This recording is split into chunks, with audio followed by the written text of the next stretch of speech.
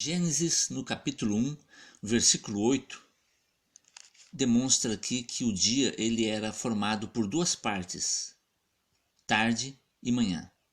Houve tarde e manhã, o segundo dia, e assim para vários outros textos a gente também encontra a mesma sequência. Olha só, verso 13. Houve tarde e manhã para o terceiro dia. Verso 19. Houve tarde e manhã para o quarto dia. Em Gênesis capítulo 3, versículo 8, diz aqui que Deus aparecia lá para eles, nesse caso específico, depois de eles terem pecado, Deus apareceu na viração do dia, é o que eu quero destacar. Havia um momento em que um dia virava, de um dia para o outro. Então, como nós já vimos ali em Gênesis capítulo 1, o dia ele era formado por tarde e manhã, diferente do que a gente utiliza hoje em dia. Hoje em dia a gente pode dizer que o dia de 24 horas começa à meia-noite. Mas Deus fez um negócio perfeito, não começa o negócio pela metade.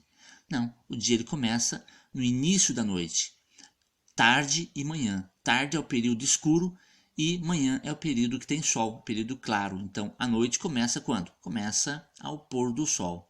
E olha só o que a Bíblia até explica sobre isso.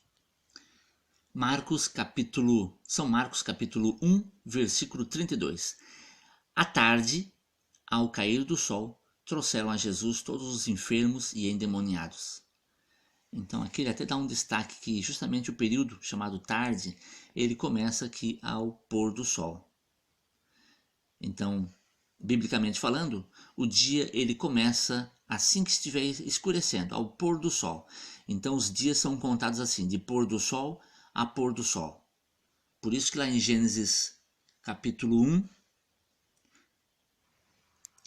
nós temos aqui, em Gênesis capítulo 1, os versículos 8, versículo 13, versículo 19, sempre, e vários outros, sempre essa sequência. Houve tarde e manhã, o quarto dia, o primeiro dia, o segundo dia, todos os dias foram assim, tarde e manhã. Primeiro o período escuro, noite, depois o período claro, dia. Então houve noite e dia, o quarto dia. Então, esse período de 24 horas, ele começa no período biblicamente chamado, tarde. Esse tarde aqui é a mesma coisa que noite. Então, quando é que começa a noite? Ao pôr do sol. Então, a contagem dos dias sempre é ao pôr do sol. Anote em sua Bíblia.